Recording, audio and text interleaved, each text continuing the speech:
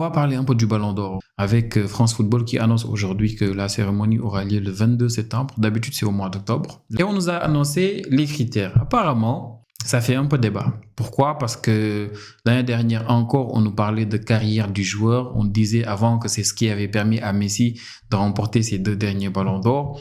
Et là, il y a certains qui se plaignent et qui disent que oui, les critères qu'on met là, c'est juste pour avantager Yamal. Bon, ce serait bizarre. Parce que comme critère, on a quoi? Le caractère décisif, on a les trophées que le joueur a remportés, tout le tralala, et on a surtout le fair play, tout. Bon.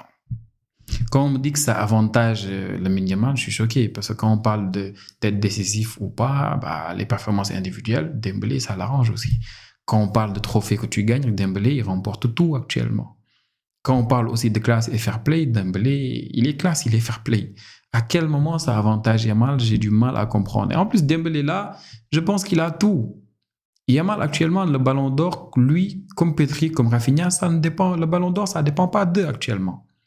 Mais Dembélé, il a une finale de Ligue des Champions à jouer. Dembélé, il a une compétition, la Coupe du Monde des clubs à jouer. Dembélé, au mois d'août, à la reprise, il va jouer, s'il gagne la finale de la Ligue des Champions, la Super Coupe d'Europe. Avec tout ça, j'ai du mal à croire que actuellement il y a des choses qui sont en train d'être trucs pour favoriser Yamal. Non, il faut pas rêvasser. C'est France Football, c'est le Ballon d'Or, les critères, ils ajoutent, ils remettent, ils font ce qu'ils veulent. Et en plus, ce n'est pas si impactant. Rendez-vous compte, les journalistes, on n'a jamais vu une année où les journalistes sont sortis pour dire « J'ai donné ma liste de 30 joueurs, on m'a dit il faut enlever 5 joueurs parce que tu n'as pas bien respecté les critères. » Ils freinent ceux qu'ils veulent. On a vu des journalistes qui font un top 30 ou le top 10 l'année dernière, il n'y a même pas Vinicius, ou bien le top 5, il n'y a même pas Vinicius.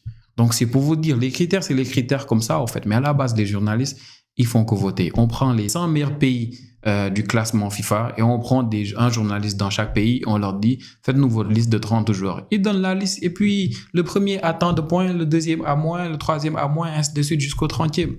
Après, on choisit le premier. C'est pour ça que c'est bien subjectif. Ça va être subjectif pour nous les supporters, c'est subjectif aussi pour les journalistes. Donc, les critères, les gars, les critères, c'est juste les critères, mais ça ne change pas grand-chose.